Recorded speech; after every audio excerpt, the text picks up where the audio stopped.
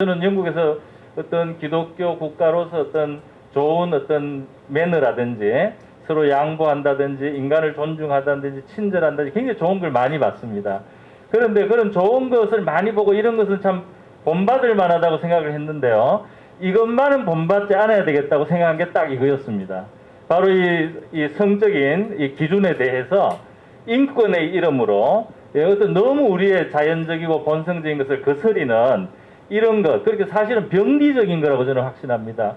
그런데 이거를 정상화할 뿐 아니라 이것을 아이들에게 가르치는 이런 환경이 된 것에 대해서 저는 굉장히 이제 심각한 문제라고 생각하고, 이런 것은 절대로 우리나라가 안 따라가야 되겠다, 이렇게 저는 생각을 했습니다. 제가 아주 가까운 그 영국을 왜 지금 우리가 안 본받지 않아야 되나, 혹은 미국이나 그 사회를 보면은 이 사회가 굉장히 앞으로 치를 값이 심각한 것 같아요. 제 아이가 그 영국에서 이제 쭉 자랐는데 초등학교 때 같이 친하던 친구들이 대여섯 명 있었습니다. 그런데 얘들이 청소년 때도 같이 지내고 우정이 오래 가더라고요. 그런데 어느 날 이제 이 청소년 시기 때 우리 부모한테 애가 이러는 겁니다. 엄마 아빠, 우리 친구들 대여섯 명 있는데 알잖아. 그런데 자기 엄마나 자기 친아빠 친엄마 두 사람 다 친부모에게 잘하는 아이는 나밖에 지금 없어, 그러더라고요. 예. 그리고 다 이제 바뀌었다는 겁니다. 바뀌었을 뿐 아니라 한 친구는 양 부모가 다 자기 친부모가 아니에요. 그러니까 이게 만났다 헤어졌다 만났다 헤어졌다는 사이에 두 양친이 자기 친부모가 아닌 상태로 갔습니다. 그런데 제가 슬럼가에 산 게 아닙니다. 제가 아주 막 동네가 이상한 동네 산 게 아니고 평범한, 그냥 좀 서민적인 평범한 고요한 그런 동네 살았거든요. 그런데도 그 정도로 가정이 붕괴되는 그런 어떤 문화고, 지금 영국은 이런 값을 언젠가 치르게 될 것이다, 저는 그런 생각을 했습니다. 제가 영국 교과서를 한번 본 적이 있는데요. 중고등학교 교과서에 동성애를 이제 권장하는 내용, 혹은 뭐 아주 그 우호적으로 보는 거, 거기에 성경, 신약 성경을 인용하면서 헬라어를 동원해서 아이들을 가르쳤습니다. 그런데 저는 영국 신학교에서 헬라어를 가르쳤습니다.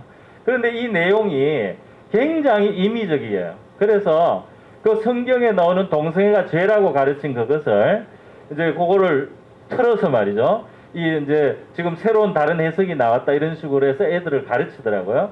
그러니까 그런 교육을 학교에서 배우면 애들이 어떻게 되느냐면, 교회에서 목사님이 동성애가 죄라고 하나님 말씀이 이렇습니다 하고 가르쳐도 목사님은 헬라어를 몰라서 그렇다, 이렇게 애들이 생각하게 딱 돼 있어요.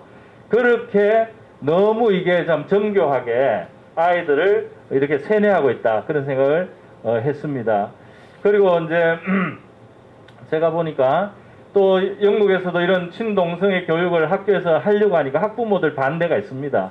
그런 반대가 있을 때 이제 그 처음에 시행을 할 때 그 반대하는 사람들은 그 자녀를 그 과목 시간에 그 클래스에서 안 들을 수 있는 자유를 줬습니다.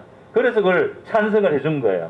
그렇게 했는데 나중에 몇 년이 지나고 이제 제가 있을 때 그 정도였는데, 제가 나오고 나서 작년에 제가 아는 친구 목사님한테 제가 소식을 이제 연락을 하면서 이야기를 했는데, 이제 그 자유가 없어졌다는 겁니다. 그래서 이제 그 자녀를 친동성애 교육을 안 받도록 이제 데려 나올 수 있는, 클래스에서 빼낼 수 있는 자유가 없어져서 강제로 그 교육을 안 받으면 이제 법을 어기는 것이 되는 거죠. 그렇게 해서 이것이 계속 더 무섭게 이 자유를 침해하고 있다는 것을 제가 볼 수 있었습니다. 그리고 제가 그쪽에서 본 책 중에 아주 잘못된 논리가 있어요. 그게 뭐냐면, 동성애 논리가 이제 노예제도라든지 또 여성의 어떤 지위 문제가 이게 점점 변하지 않았느냐. 과거에는 노예제도가 있었는데 없어졌고, 그 다음에 여성을 남자 아주 밑에 아주 그냥 이렇게 천하게 이렇게 대하다가 이제 이렇게 됐단 말이지. 그러니까 이 동성애를 죄로 여기던 것도 이렇게 변하는 것이 발전이다라는 그런 논리가 있어요. 그 논리를 사람들이 들을 때 이제 거기에 또 고개를 끄덕이는 사람들이 생기는 거예요. 그런데 그것은 제가 볼 때는 굉장히 잘못된 논리라고 생각합니다. 왜냐하면은 사실 우리 성경적으로, 기독교 문화니까 서구가 성경적으로 봤을 때 이게 하나님이 처음 창조했을 때 노예가 없었단 말이에요. 이상적인 세계는 모든 사람이 평등하게 창조가 됐고 또 남녀도 평등하게 창조가 됐습니다.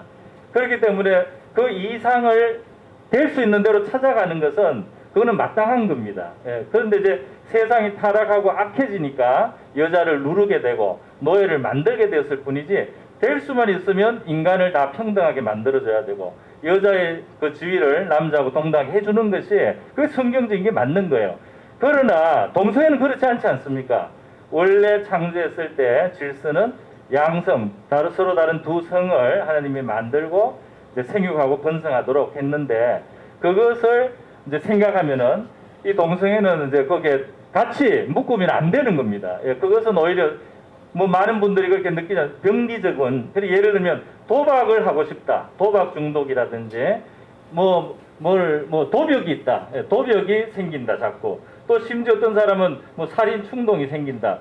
그 인간의 마음속에서 나오더라도 그것을 억제해야 될 어떤 거라고 우리는 생각을 합니다. 그것은 뭔가 남에게 피해를 줄 수도 있고 또 자기의 존엄에도 맞지 않고 그래서 저는 그렇게 생각을 하고 있고요.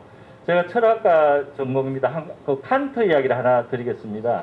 칸트가 이 행동 준칙에 대해서 어떤 이야기를 했느냐 하면은 모든 그 나의 행동의 준칙이 보편적인 준칙, 보편 타당한 준칙이 돼야 된다 이런 말을 했어요. 이건 말은 어렵지만 간단한 뜻입니다.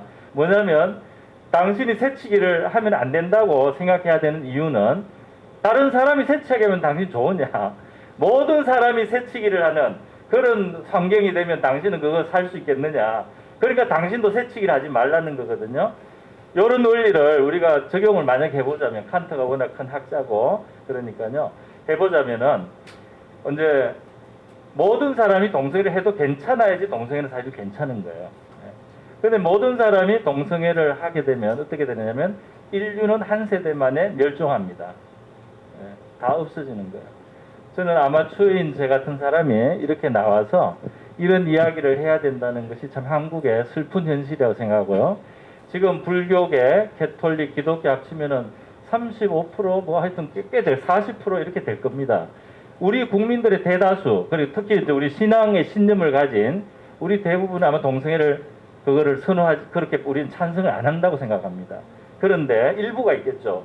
그런데 이런 국민들의 이 자유를 이렇게 무시하고 이 정치인들이 이렇게 법을 세운다는 것에 대해서 굉장히 지금 나라가 잘못되었다. 그리고 정치인들은 도대체 누구를 바라보고 무엇을 목적으로 이런 일을 하는가 정말 묻고 싶고요. 많은 의혹이 마음에 듭니다. 그리고 나같이 정치를 모르고 그냥 할 일 열심히 하고 싶은 사람들이 이렇게 정치적인 이런 행동을 하게 만드는 이 상황이 굉장히 톤탄스럽고요. 정말 우리 자신의 자연스러운 우리의 신념, 자유, 양심의 자유 혹은 신앙의 자유를 위해서 정치를 하지 않을 수 없게 만드는 이런 현실.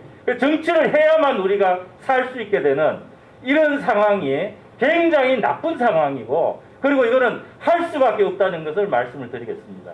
이걸 안 하는 사람들이 일어나서 하게 되는 상황을 지금 만들고 있습니다. 그래서 이런 정치인들 정말 뭐를 바라고 이 나라를 어떤 나라로 만들기 위해서 이렇게 하고 있는지 저는 참 마음에 괴롭습니다. 저는 이 정도로 하겠습니다.